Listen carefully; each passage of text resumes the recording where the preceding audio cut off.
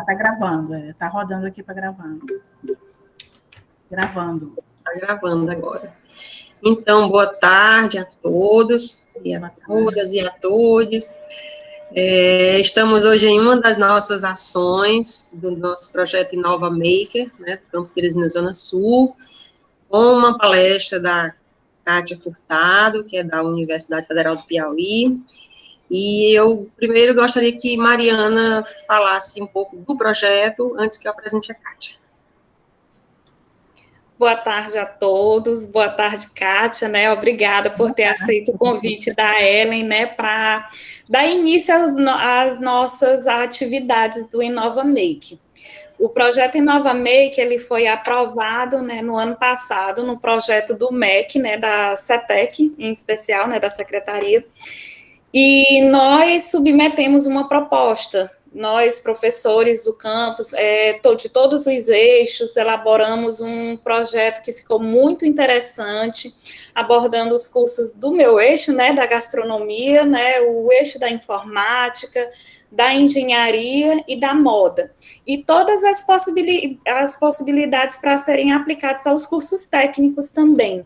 Então, é um projeto multidisciplinar, tem também a proposta para inclusão, que é a parte da professora Érica, que ela trabalha com os alunos de Libras, então ela colocou essa parte também para abrilhantar um pouco mais o projeto. E aí nós fomos contemplados para montar essa estrutura de laboratório, né? Nós já começamos a receber alguns materiais, estamos na fase dessa recepção desses equipamentos e estamos já bem ansiosos para montar a nossa sala e ver, né, ela cheia de alunos, cheia de professores, dos nossos servidores, de modo geral, executando os seus projetos. Então, assim, digamos, uma revolução na educação. Não é que a cultura make ela seja nova, né, para todos, ela é nova para nós, né? Porque, assim, no Piauí, infelizmente, ainda vai dando passos curtos em relação a alguns avanços tecnológicos. Então, quando nós nos comparamos com outras instituições, a gente já vê que muitas já trabalham com essa questão da cultura make, ou seja, de aprender fazendo, já a própria mão na massa. E nós vamos inserir isso na educação agora. Então, é uma nova forma de ensinar, que é onde o aluno, ele vai construir, de fato, o seu conhecimento por meio do que ele vai fazer, ou seja, ele vai construir o seu próprio conhecimento. Então, assim, nós estamos muito ansiosos já com esse nosso laboratório e esperamos que em breve ele já esteja funcionando e todos estão convidados, né, para fazerem parte desse projeto. Que ótimo. Ok, obrigada, Mariana. Então, iniciamos agora a nossa palestra com a Kátia Furtado, sobre o tema repositórios e suas finalidades. Kátia fez o seu trabalho de pesquisa de mestrado, né, com essa temática, e aí eu lembrei logo dela, né, na hora de falar sobre esse tema para nós. Então, minha orientadora, Kátia... né, professora? Oi? Você foi minha orientadora também? Sim, sim.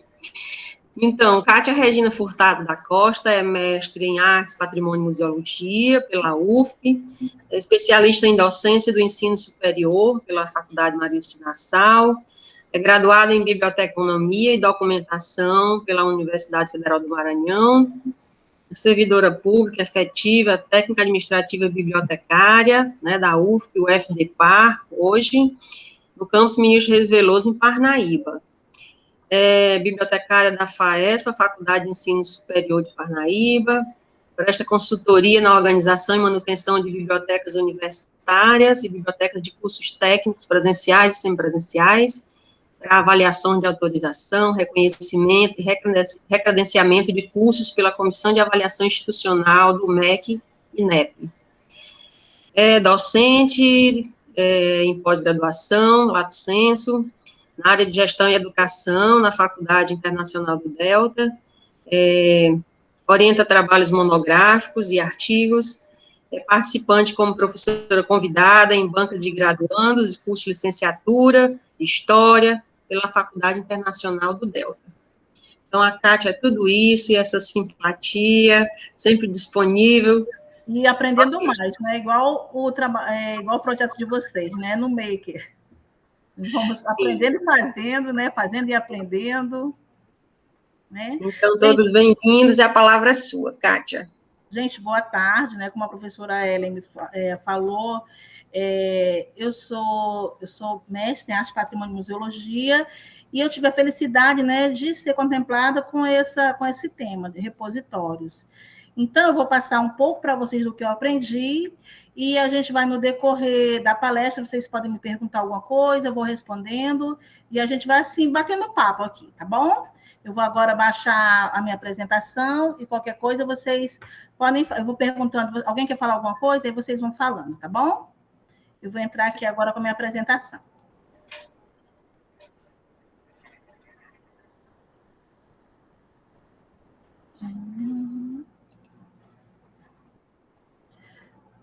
Apareceu aí, Ellen? Ainda não. Não?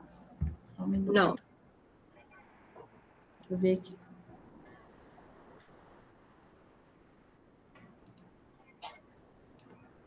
Estou tentando compartilhar, não estou conseguindo. Só um minuto. Não vai dar certo. Bote uma janela. Tô a tela inteira. E eu vou compartilhar. Só que o botão não está. Oi, quer compartilhar o conteúdo na tela do Google Meet. Chama o Jason. Só um minutinho que eu vou chamar o Jason aqui para ele me ajudar. Me dar uma assessoria. Ou então, Ellen, eu passo para ti e tu vai colocando para mim, se eu não conseguir aqui, tá bom? Tá. Aí eu só não vou conseguir, mas dá permissão para os outros que quiserem entrar. Tá, eu consigo aqui. Eu acho que agora eu vou conseguir. Certo agora? Apareceu a tela? Tá aparecendo. Apareceu, Márcia. Gente, então vamos lá. A minha palestra, já vou falar sobre repositório e suas finalidades, né? Essa palestra é um convite do IFE, né, com a professora Ellen, e o mestrado da UFDPA. Vamos lá. A gente tem que quando a gente vai falar de repositório, a gente tem que questionar assim, para que um repositório? Aí eu coloquei essa interrogação para vocês irem se perguntando e a gente vai no intervalo, vai se questionando sobre isso. Então, eu coloquei aqui, o repositório surge como uma ferramenta de visibilidade e disseminação da informação, viabilizando o desenvolvimento científico e tecnológico. E aí surgem os problemas. Compreender o problema, a oportunidade, a necessidade e a demanda de ter esse repositório, de construir esse repositório. De acordo com Leite, que vamos dizer assim, é o bambambam aqui de repositório no Brasil, depois vocês olham nas referências que eu vou deixar, o acesso aberto significa permitir a publicação das pesquisas científicas na internet, para copiar, para o download, para literatura, distribuição, impressão, capturá-los para indexação, fazer uso de links, sempre respeitando a política de direitos autorais, como resultado, impactando e aumentando o efeito das pesquisas e, consequentemente, fazendo essas pesquisas que sejam mais citadas. Ou seja, o repositório, ele significa renovamente por colocar mais história de local, ou seja, o local em que se repõe, ou seja, a gente vai repor a informação, vai colocar essa informação acessível a um público. Viana também fala, o repositório é definido como uma forma de armazenamento de objetos digitais que tem a capacidade de manter e gerenciar o material por longo período do tempo e promover o acesso apropriado. Tem outros conceitos. Para a CRAU, o repositório não só deve armazenar a produção científica em dissertações, artigos ou teses, mas também em outros tipos de conteúdo produzido pela instituição. No caso de vocês, relacionado à moda, né? A gente também pode fazer um repositório direcionado, que a gente chama repositório temático. incluindo materiais didáticos, relatórios institucionais, vídeos, programas de computação, dados, fotografia, entre outros. E para a Leite, complementa que o repositório, de uma maneira geral, são sistemas de informação que servem para armazenar, preservar, organizar, difundir os resultados da produção científica de uma dada instituição, utilizando um software. Então, o que acontece? Como surgiram os repositórios? Depois da Guerra Mundial, na Segunda Guerra Mundial, as produções científicas deram um boom, ou seja, houve muita produção científica. E o que acontece? Houve uma crise de periódicos.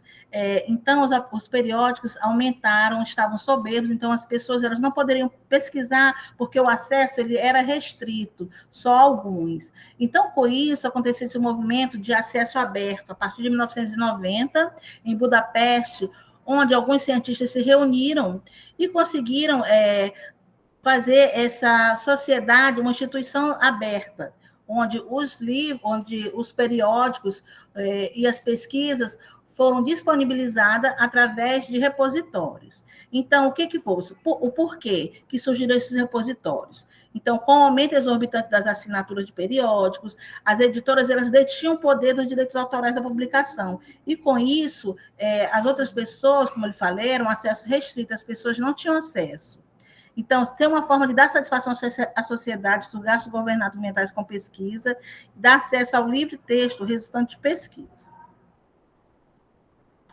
Dentro desse repositório, dentro desse acesso aberto de informação, surgiram dois tipos de repositório. O pesquisador Hadley, ele pesquisou, ele colocou dois tipos, a via dourada e a via verde. Tá? Essa via dourada é relacionada a periódicos científicos, como CAPES, Cielo, entre outros.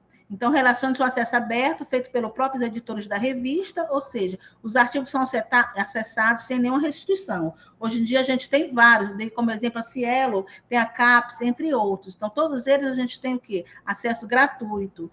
E a via verde são repositórios mais voltados a dissertações, artigos, teses, entre outras. Uma política institucional, onde os autores fazem o depósito compulsório nos repositórios institucionais de toda a produção científica realizada no âmbito da atuação nas instituições. Então, a gente também tem o trajeto no Brasil. Quem começou foi o IBICT, Instituto Brasileiro de Ciência e Tecnologia, tá? Em 2002, fez o primeiro empreendimento utilizando o modelo OA, que é acesso aberto, na biblioteca de teses e dissertações. Vou passar aqui para vocês. Depois, quando eu acabar essa apresentação, a gente vai olhando... Deixa eu ver aqui, só um minutinho. Eu estou com medo de sair e não voltar. Deixa eu colocar bem aqui. Um dos repositórios mais utilizados, que começou com os repositórios, foi isso, a Biblioteca Digital Brasileira de Teses e Dissertações, tá? Onde aqui você coloca, vamos falar, artes. Você digita, acho que a maioria de vocês já conhece.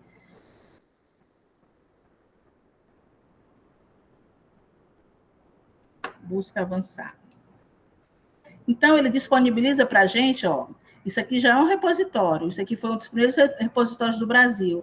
Ele disponibiliza o título, o autor, a data da tese, 2009, os assuntos e a dissertação na íntegra, o texto na íntegra.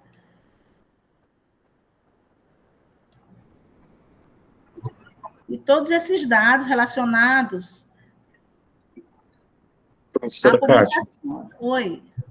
A senhora está mostrando para a gente a tela? Vocês não estão vendo? Não, não estamos vendo. Gente, desculpa. Eu acho. Tudo bem. Vocês estão na tela do PowerPoint, é? Exato. Só um minuto. Deixa eu ver se eu consigo aqui. Olha essa questão de... Vou fazer de novo.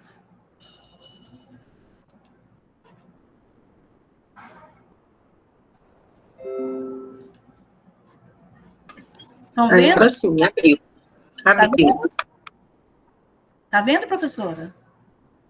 Sim, sim. Agora tá dando para ver, né? Então, desculpa, tá, gente? Qualquer erro que tiver aqui, que eu sei mais ou menos mexer no Meet, qualquer coisa vocês vão me falando. Então, ó, Biblioteca Digital Brasileira, vocês conseguem me acompanhar aí, né? Vocês já conheciam esse site, esse link aqui, esse repositório? Algum de vocês já conheciam? Já, eu Já já. Sim, sim, conhecíamos. Sim, ó, pois é. Esse repositório, ele foi um dos primeiros repositórios do Brasil, feito pelo IBICT, tá?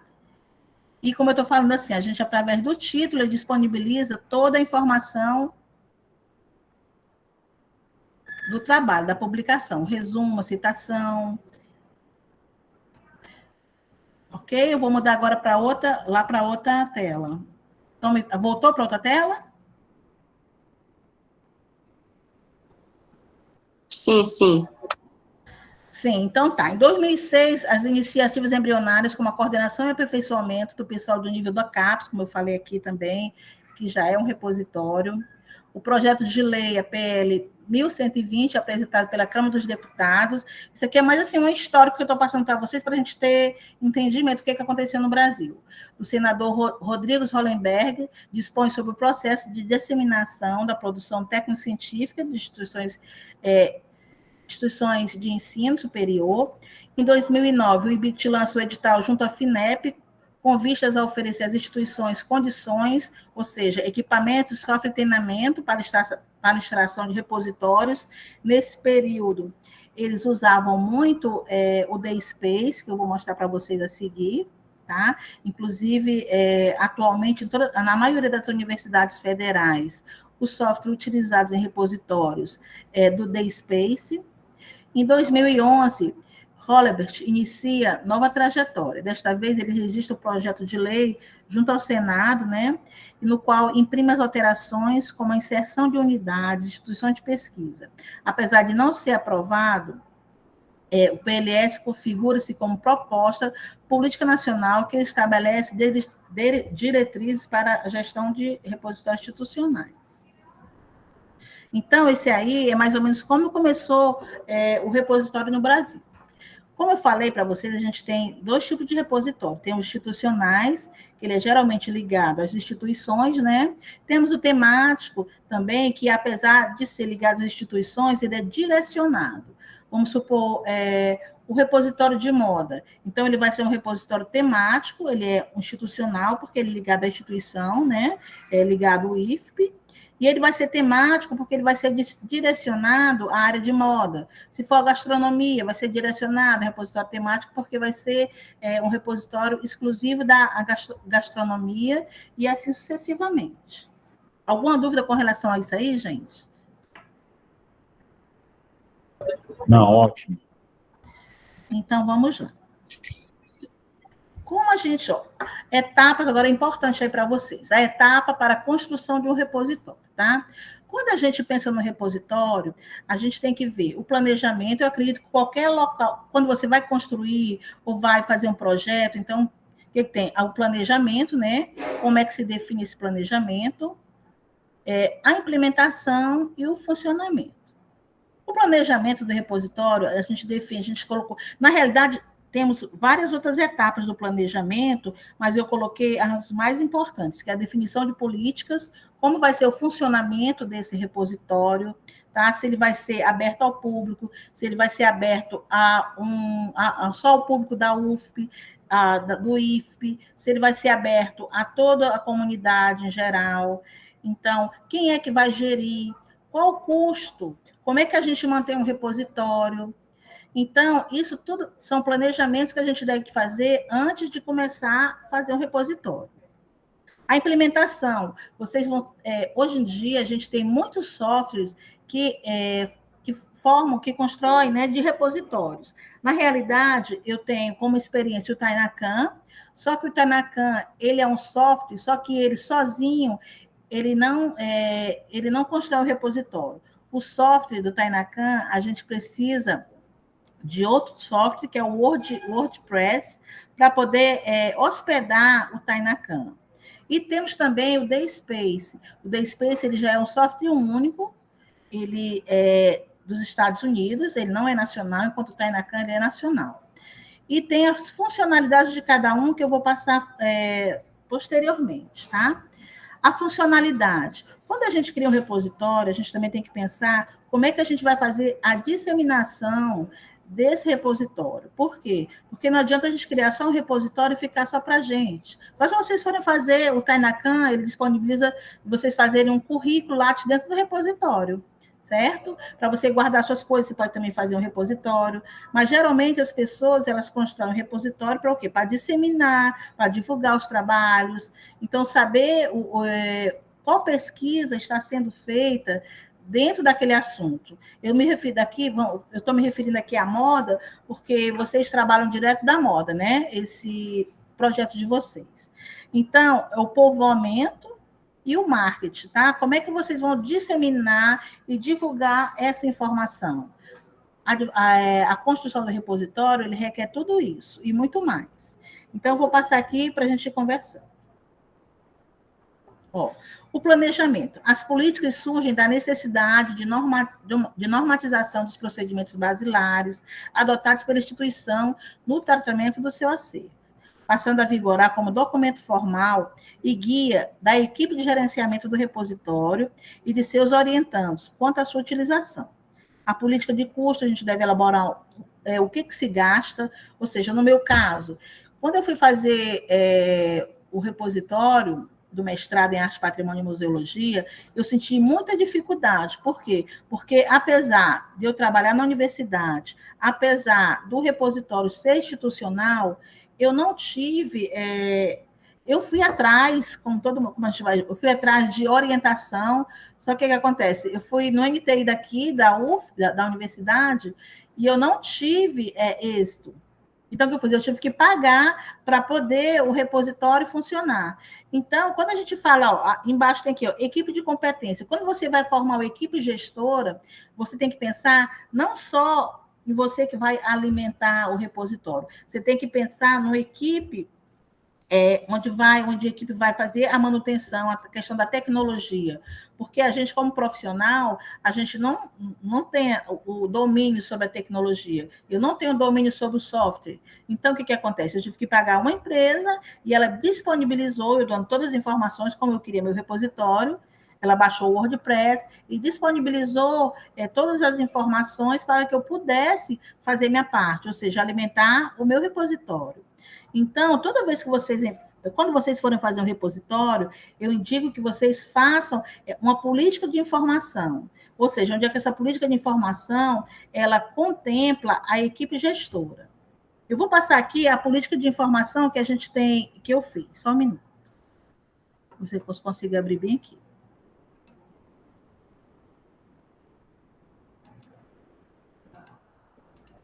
Se vocês tiverem alguma dúvida, vocês podem ir perguntando aí, tá, gente? Isso aqui é o meu repositório. Eu vou passar para vocês aqui a política. Deixa eu ver se é aqui que tem a política.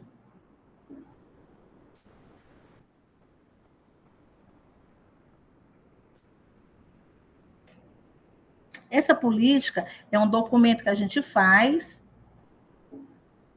e ele serve de direcionamento, né? Direcionamento para que a gente possa começar o nosso trabalho. Só um minutinho, gente, só procurar onde está aqui. Esse aqui, no Museu da Vila.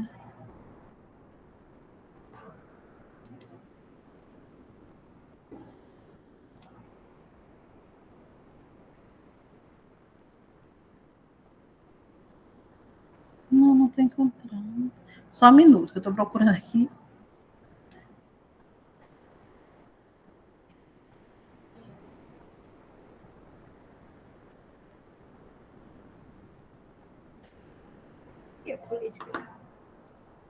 Olha, a política de informação. Tá aqui, eu quero só mostrar para vocês entenderem. Porque eu digo uma política imprescindível, porque a política, ela é um documento que ela amarra o que tem que ser feito dentro da instituição, dentro do repositório. Ela estabelece normas sobre a política institucional de informação e tecnocientífica do programa de pós-graduação, né, do mestrado em Arte, Patrimônio e Museologia. O meu repositório é repositório temático, então, olha, a coordenadora do programa, eu coloquei ela dentro do processo, o colegiado. Então, tudo isso a gente tem que colocar para amarrar o repositório, para dar andamento ao repositório. Olha, vou mostrar aqui para vocês. Olha. Então, assim, a implantação e manutenção do repositório, ela deve conter, olha a quantidade de pessoas que eu coloquei envolvidas. Por quê? Porque se não for com essas pessoas, se não tiver uma coordenação, se não tiver um representante da biblioteca, ou se for biblioteca, no caso, se não tiver biblioteca, um representante do curso de vocês, um representante do NTI. Então, vocês têm que pensar, isso aqui é o meu conselho gestor, mas você tem que pensar qual seria as pessoas mais importantes para formar esse conselho gestor e dar credibilidade ao repositório de vocês, ok?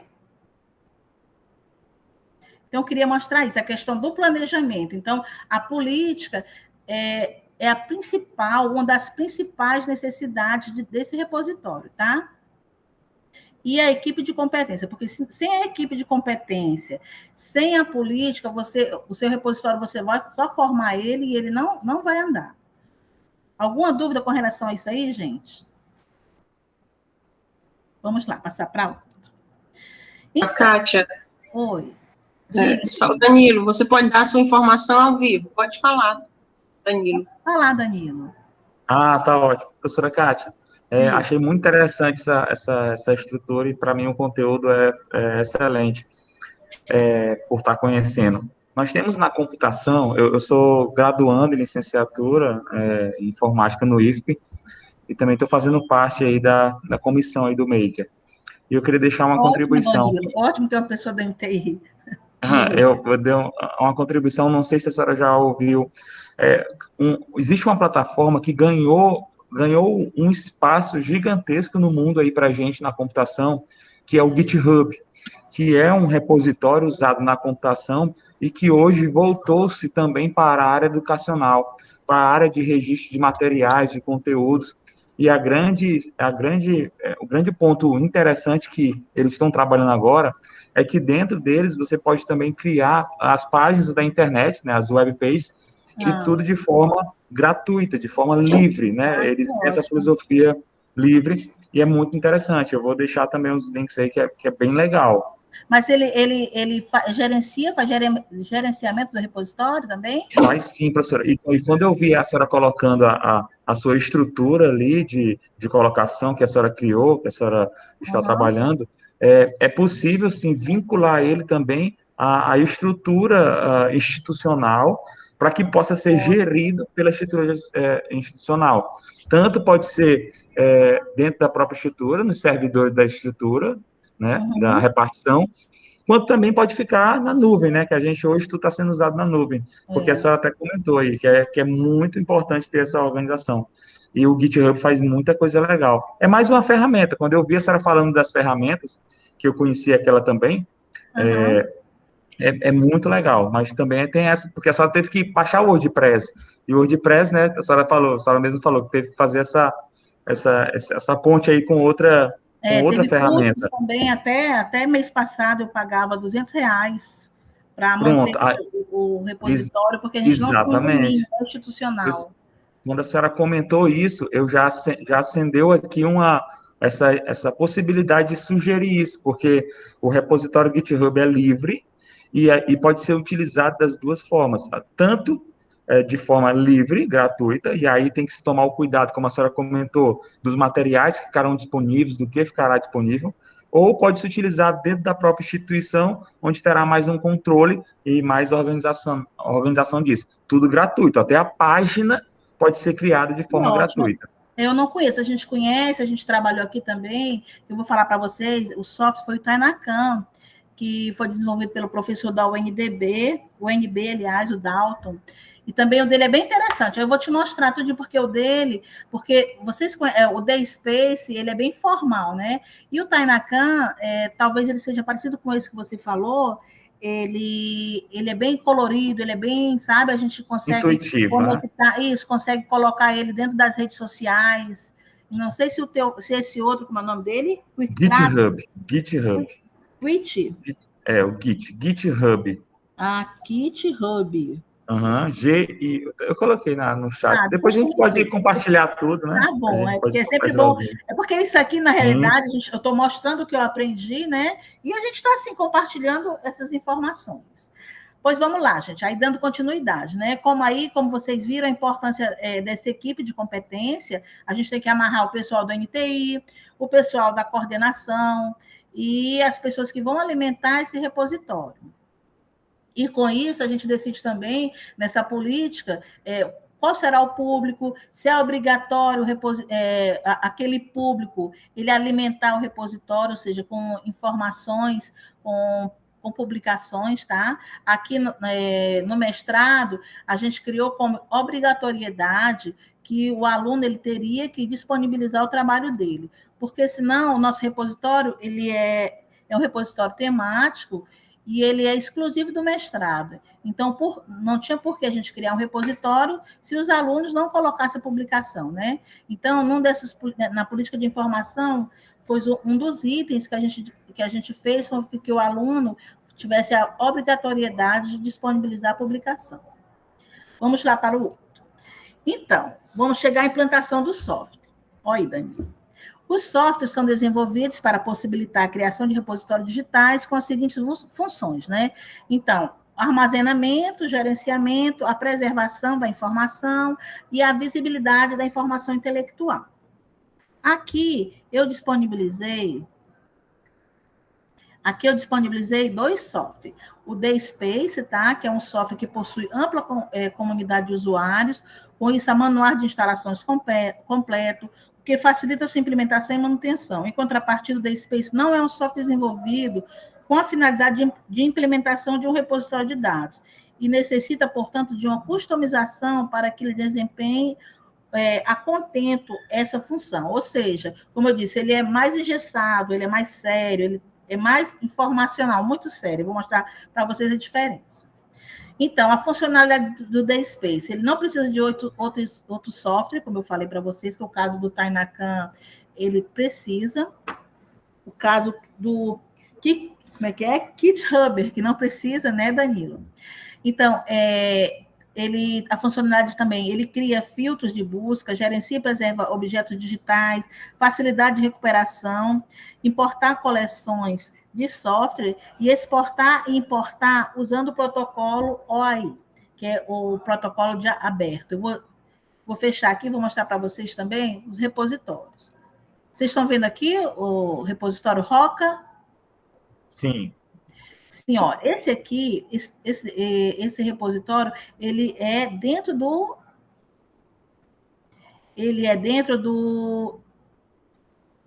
DSpace, ó. Então, vocês veem que ele não tem muita ilustração, ele tem mais mesmo informação de letras, cores, mas ele não tem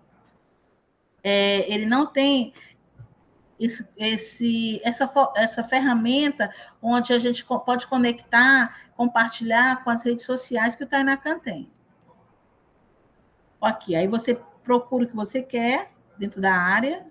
Vamos botar aqui uma pessoa dessa. Ó, aí ele disponibiliza o título, o autor, palavras-chave, orientador, a data, a referência, ou seja, ele dá uma forma bem seca, né? Ele não tem nenhuma forma ilustrativa. Deixa eu ver se eu coloquei outro aqui. Ó, esse também é DSpace, tá? Da UNB. Vocês veem que ele só muda mesmo as cores, então ele é bem seco também. E eu vou mostrar para vocês depois o Tainacan. Tá, agora já o Tainacan ele é uma ferramenta flexível e poderosa para o WordPress, que permite a gestão e a publicação de coleções digitais com a mesma facilidade de publicar posts em blogs, mas mantendo todos os requisitos de uma plataforma profissional para repositório. A funcionalidade dele, como eu disse, ele tem que ter o WordPress para ser hospedado, ele cria coleções, possibilita customizar modelos de metadados, cria filtro de busca, consulta de informação dinâmica, fácil interoperabilidade das redes sociais, importações e coleções de outros softwares, exporta e importa dados usando o protocolo. Danila, depois a gente tem um link do Tinacan, você pesquisa, você que trabalha dentro da área, você vai gostar também. Deixa eu abrir aqui um Tinacan para vocês. Ó, gente, aqui, ó. Isso aqui já é o Tinacan. Olha como ele é bem mais colorido do que os outros. Do que o The Space.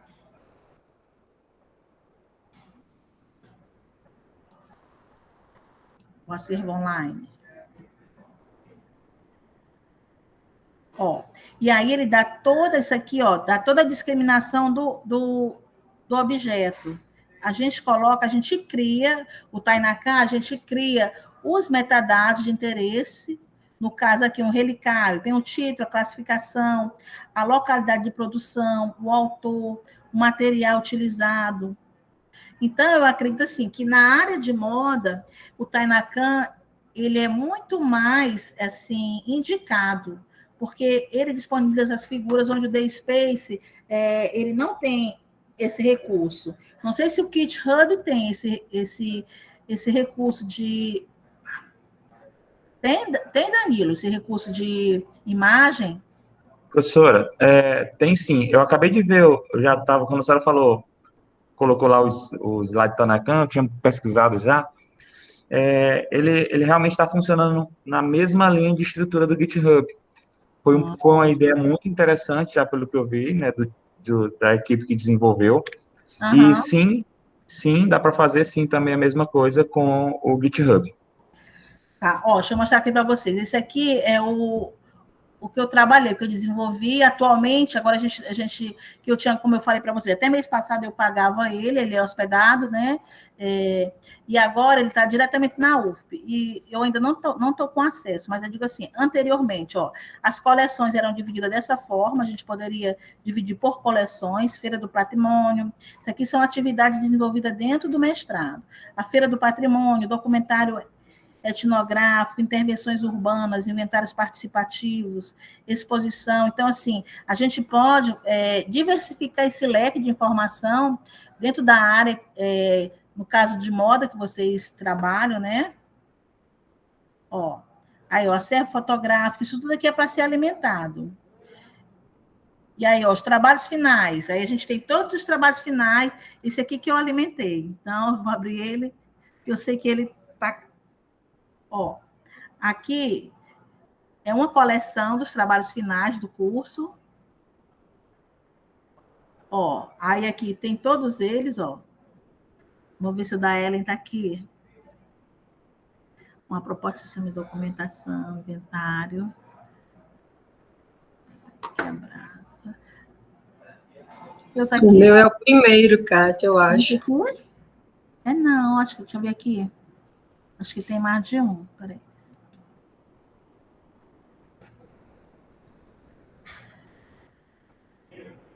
Daqui, da professora Ellen. Então, ele dá o ícone, né? E dá o título. E aí, você coloca o que você quer dentro. Ó. Aqui é o trabalho todo, completo. Você pode baixar em PDF ou só visualizar.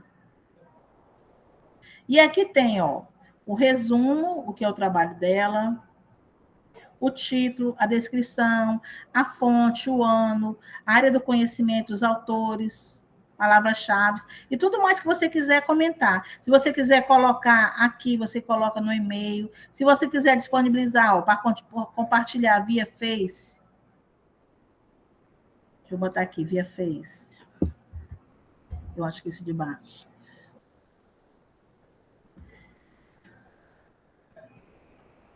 Bora ver se ele vai compartilhar. Ó, ele já, se você quiser fazer a divulgação desse trabalho, você coloca aqui uma informação, trabalho apresentado do mestrado, aí a gente, ó, ele já faz aqui, ó, já abre um linkzinho com a foto da capa e um resumo do que é o trabalho da pessoa, certo? Você pode colocar no feed de notícia, pode botar no story. Então, ele faz essa divulgação que o Space não faz. Então, é interessante por isso.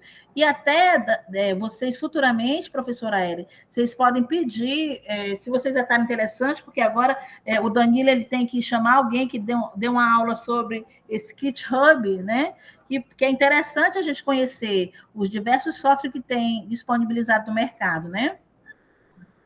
A gente usa ele na licenciatura, professora. Né?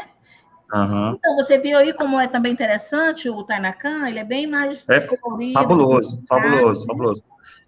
O que foi feito foi justamente essa estrutura toda de gestão, de gerenciamento, e aí só a disponibilizar para poder fazer a integração com o WordPress. A ideia foi muito louvável, foi muito boa. E a única diferença é que a gente acaba precisando contratar o WordPress para poder fazer a colocação no domínio, o registro e etc. E a pessoa já tendo a sua instituição, ela basta apenas solicitar um espaço para guardar o repositório e a gestão ser feita toda pelo GitHub. E também pode ser feito pelo Tainacan, porque os dois se comunicam, e de forma gratuita, né? Sem precisar utilizar, sem precisar pagar. Então, quando você consegue a disponibilidade do NTI, o meu caso foi que eu tive muita dificuldade e eu também tinha um prazo, né? Porque como era um trabalho de mestrado, eu não pude esperar, aí eu fui à luta. É por isso que eu digo assim, quando a gente entra para criar um repositório, a gente vê as dificuldades que a gente tem, essa questão de custo, a questão de parcerias. Então, é bem interessante a gente pensar bem um planejamento para a gente poder entrar no repositório. Pois vamos lá, gente. Como a gente falou, né, a gente precisa de um domínio, que isso também, como eu não obtive domínio na UFP, agora nós temos um domínio na UFP, mas passou, eu acho que foi um ano e meio para a gente ter esse domínio.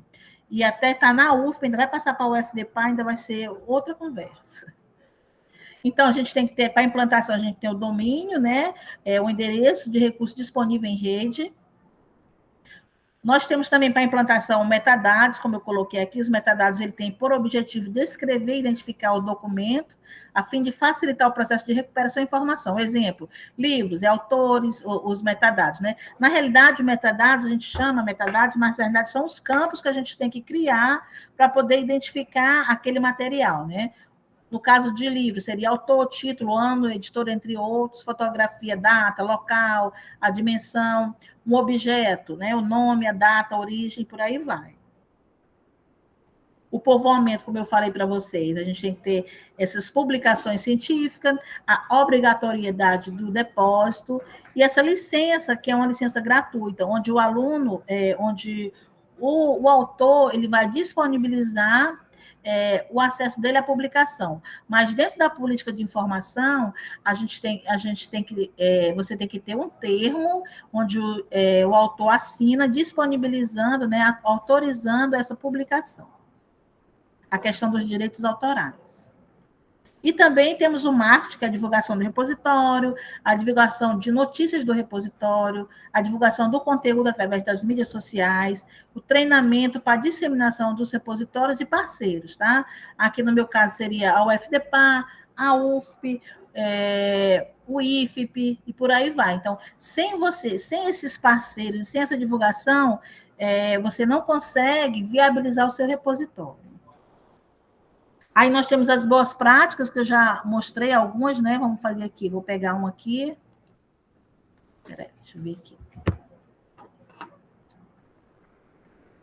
O Museu do Ouro.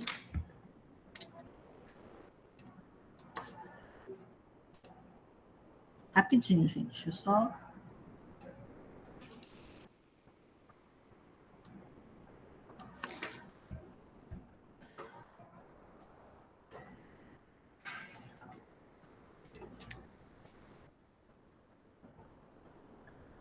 Ó, esse aqui também é também do Tainacan. o acervo museológico, onde tem as peças. O Tainacan, ele trabalha mais com museu e com peças.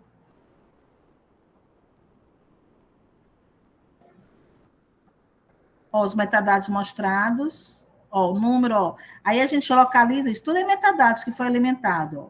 Então, você pode botar N metadados, N campos para ser preenchido. Esse aqui eu acho que eu já tinha até colocado na mão. Deixa eu ver outro aqui. Museu do Índio.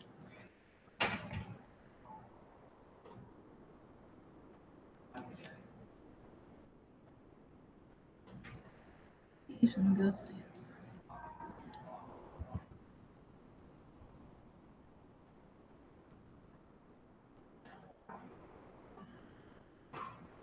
Deixa eu ver outro aqui. Museu do Ouro. Aqui eu já botei? Acho que não.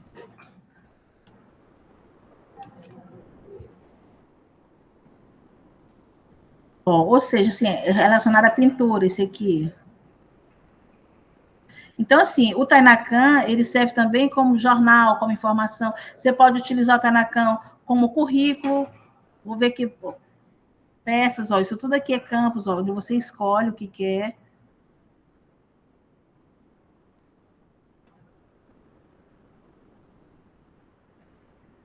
Esse aqui eu acho que eu já mostrei. Vou passar para vocês um... Eu consigo aqui do professor Dalton mostrar para vocês. Kátia? Oi? Tá me vendo? Tô. Só para lhe falar que a professora Claudete, que também é da área de informática, está falando aqui, mostrou o linkzinho do Tainacan, e está dizendo que o repositório BIA, da biblioteca do IFP, né, foi feito com o DSpace também. A maioria das instituições federais são feitas com o DSpace, mas como eu disse, o DSpace, ele é muito ruim, porque, assim, dá um problema, a gente precisa de alguém, porque ele não é nacional, ele não é aqui do Brasil, tá? Ó, deixa eu mostrar aqui para vocês, o Dalton, por exemplo, o Dalton, ele fez, que é um dos coordenadores do Tainacan, ele fez todo dentro do Tainacan, o currículo dele. Então, para vocês verem o tanto que a gente pode disponibilizar, ó. Tá vendo, Danilo? Ó, ele disponibilizou o currículo dele todo dentro do Tainacan.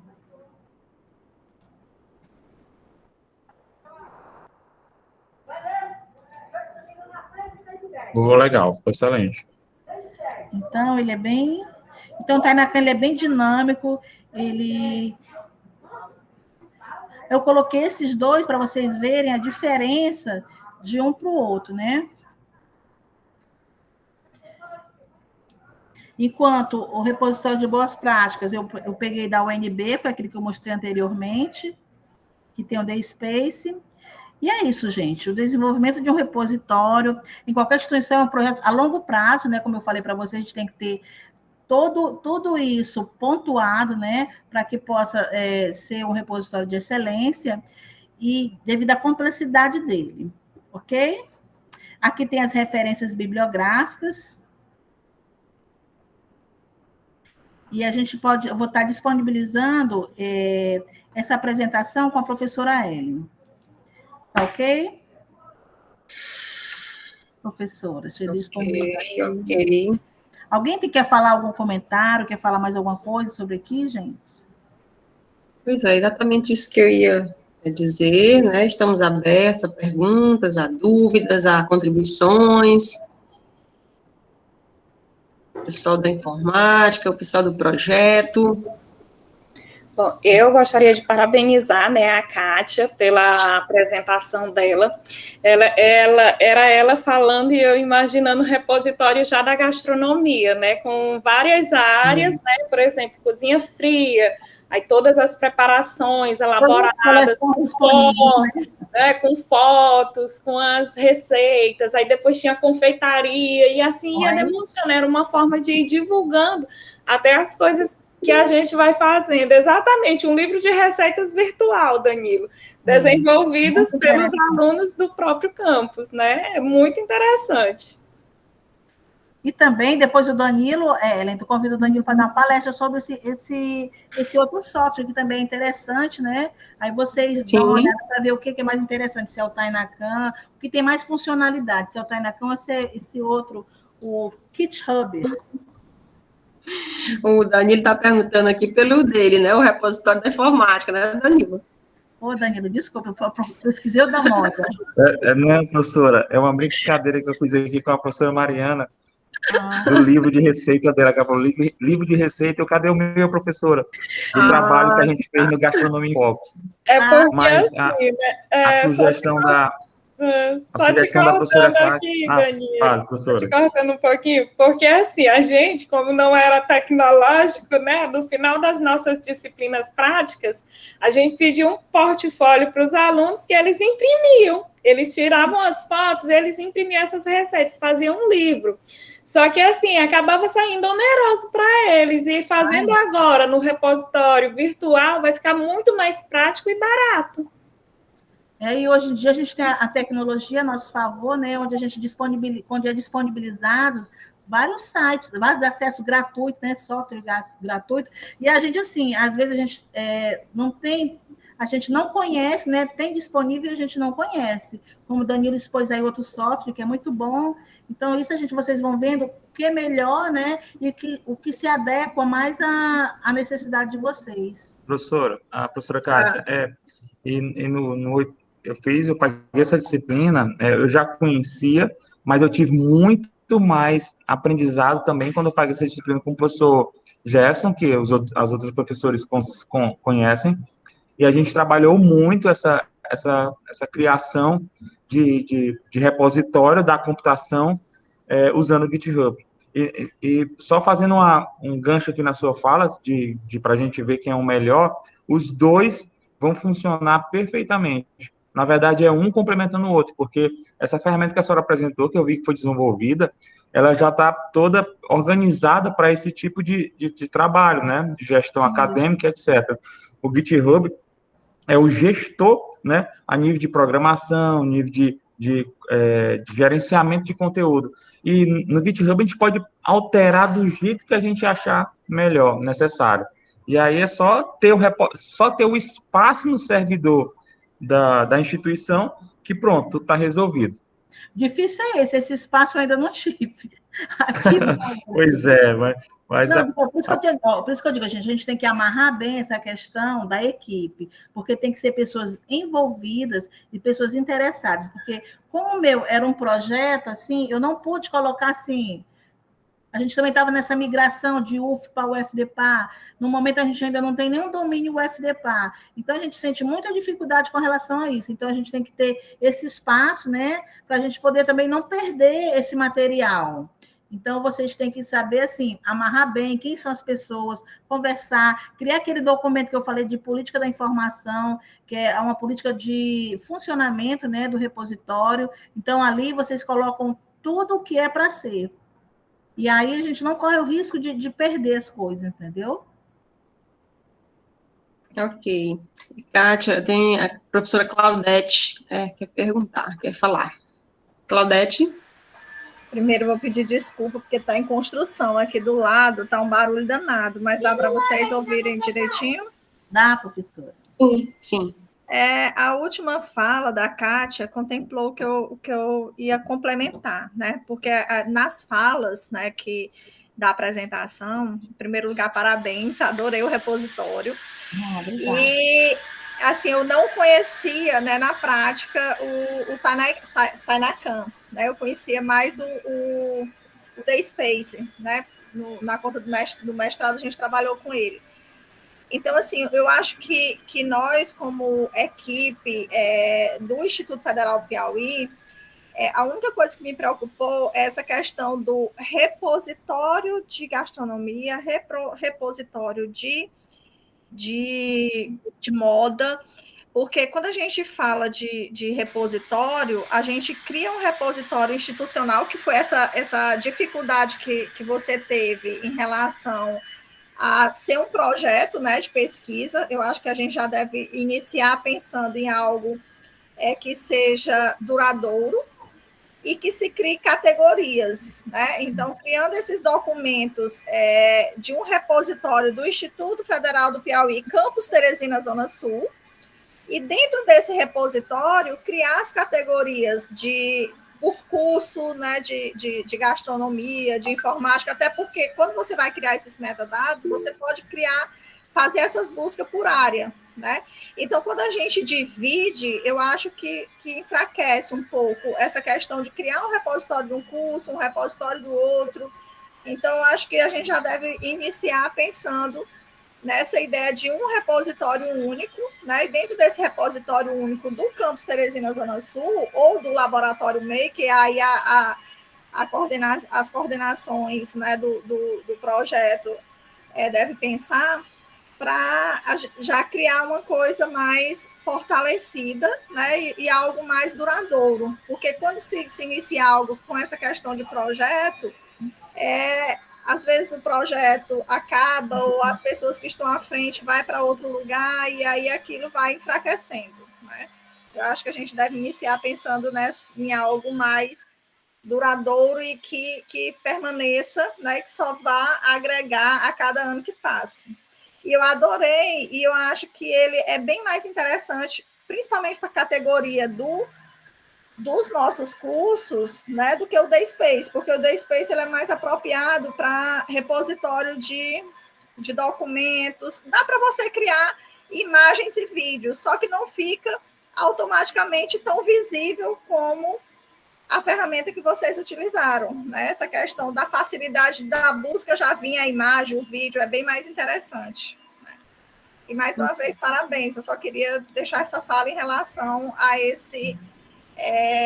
essa questão de um espaço só, né, para esse repositório, não um espaço para cada projeto ou para cada curso. Ótimo, excelente ideia. Obrigada, Claudete. Obrigada. Danilo quer falar.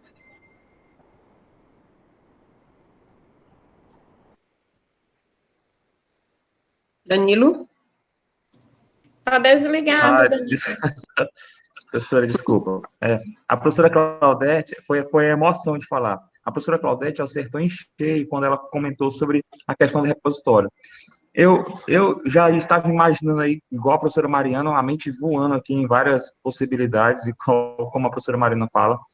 Mas a professora Claudete pontuou o que eu já tinha imaginado, só que, veja bem, parece uma coisa tão simples, mas às vezes realmente a segmentação causa muito trabalho.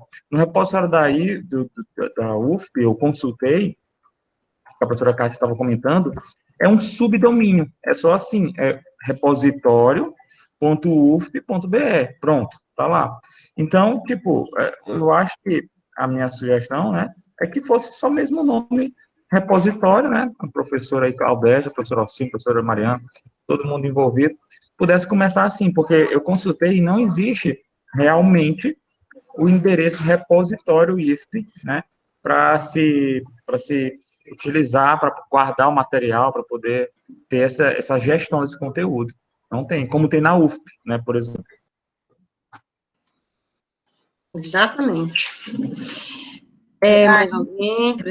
Professora, Danilo, vocês têm que sentar se for assim, um repositório institucional geral, vocês têm que sentar com o pessoal do NTI, como eu disse, que é muito importante, porque se a gente não tiver a parceria deles, a gente não consegue nada, entendeu? A gente foi muita dificuldade, então vocês têm que sentar, oferecer esse projeto da criação de um repositório, apresentar os softwares que tem disponível no mercado, para eles conhecerem, ou se eles já conhecem, e mostrar a ideia de vocês. Ou então, se vocês não quiserem fazer um repositório institucional geral, faz um repositório temático, só com o projeto de vocês, Maker. Mas como você disse que não tem um repositório institucional do IFP, eu acredito que é muito interessante fazer esse geral, entendeu?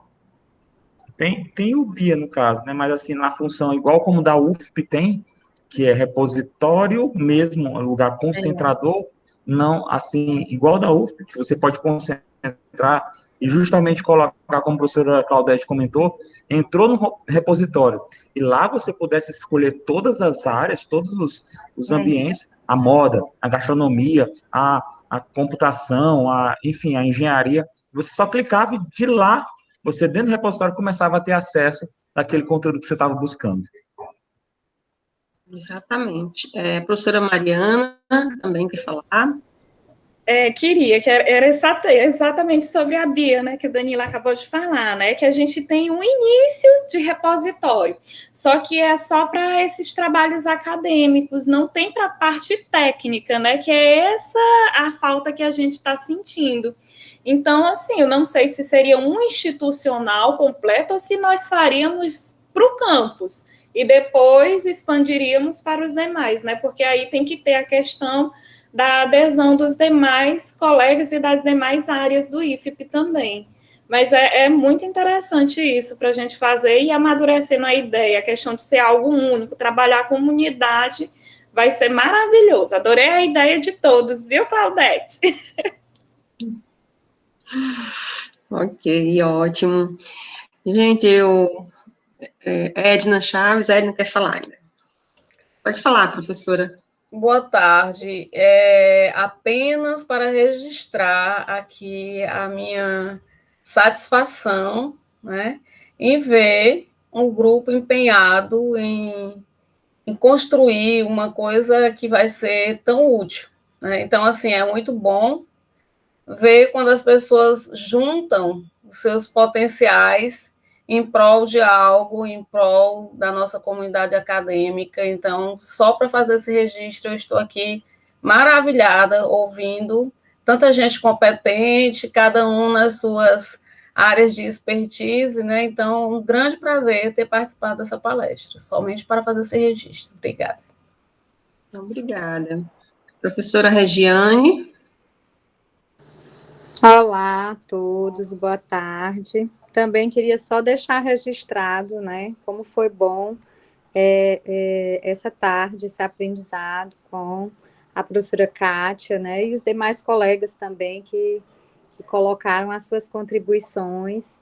E queria só reforçar que eu acho importante, é de suma importância nosso campus, em diversos setores, se informatizar, né, porque isso é um risco imenso. Hoje, pela manhã, eu estive na reitoria participando de uma reunião com a pró-reitora, né, a Divamélia, e ela falando que na questão dos estágios, né, é um problema, porque cada salinha de estágio vai acumulando toda a documentação.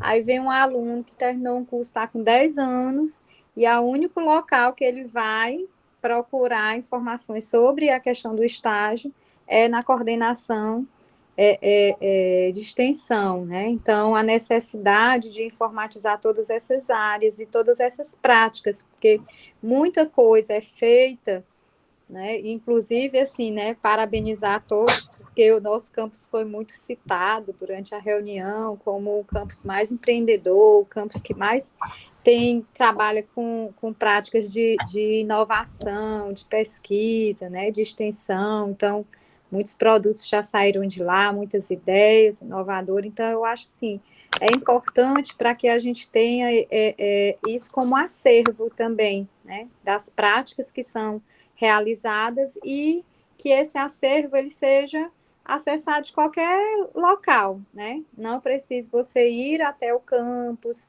solicitar alguém ou a determinado setor o acesso a essas informações, né? E aí, só reforçar que eu acho que um recado, digamos assim, que foi passado para a nova gestão, é que todos os trabalhos, eles devem ser interdisciplinares, né?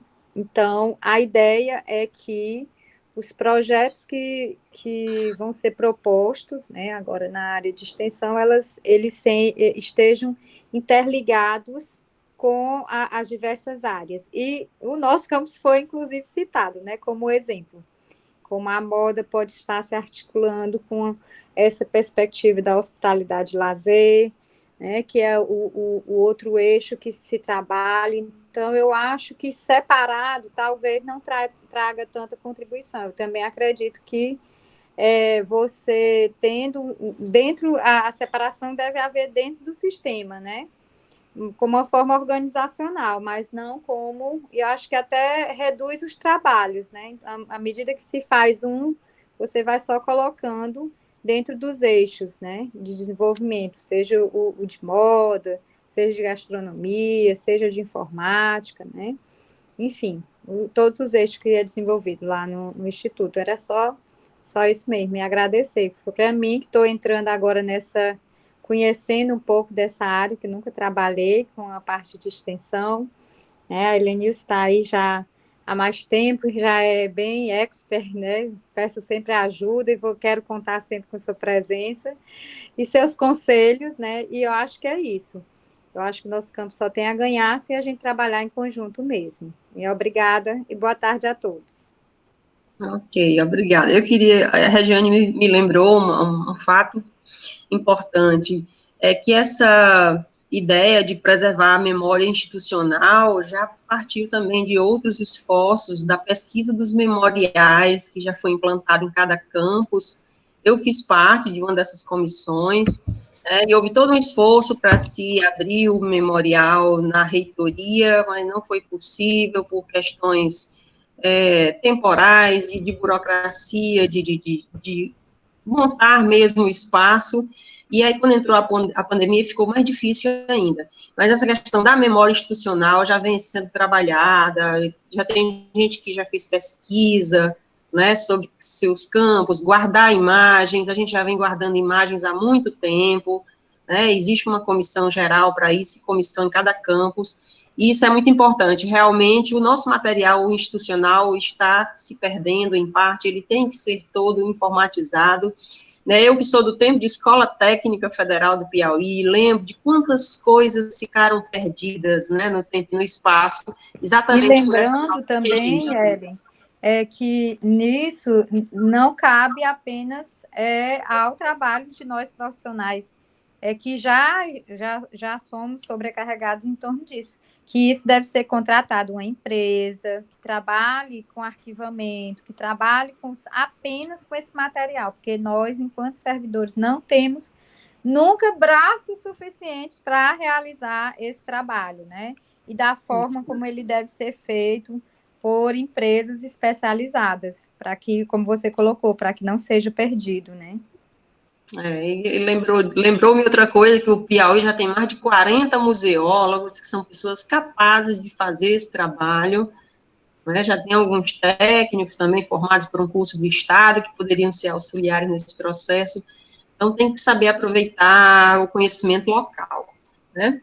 Então, professora Kátia, eu acho que já tomamos muito seu tempo precioso, né? Você está na UF nesse momento, e só temos a agradecer a sua contribuição, né, essa parceria que vai continuar, não vai acabar aqui, né, agradecer ao mestrado profissional em Arte, Patrimônio e Museologia, né, que permitiu a divulgação da pesquisa e que tem toda essa preocupação em perpetuar o material que é produzido no programa. E agradecer a todos os professores, a todas as áreas de conhecimento, né, todo mundo que está aí na mudança de gestão, e a gente está aqui para contribuir com o que já ficou na memória, né? Professora Ellen, eu quero agradecer, tá, pela presença de vocês, por conhecer também outras pessoas, que é muito bom a gente estar fazendo esse feedback.